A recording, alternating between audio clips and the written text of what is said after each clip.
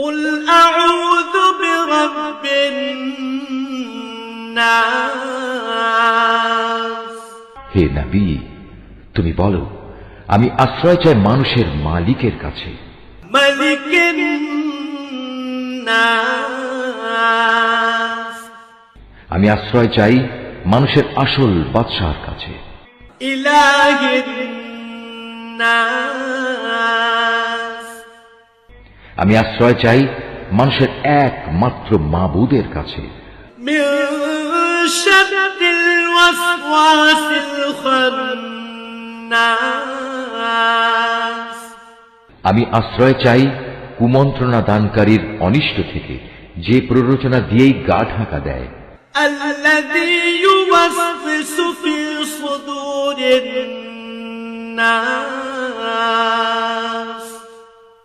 যে মানুষের অন্তরে কুমন্ত্রণা দেয়, من الجنة والناس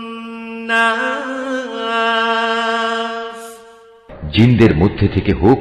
বা মানুষদের মধ্যে থেকে হোক, তাদের অনিষ্টের হাত থেকে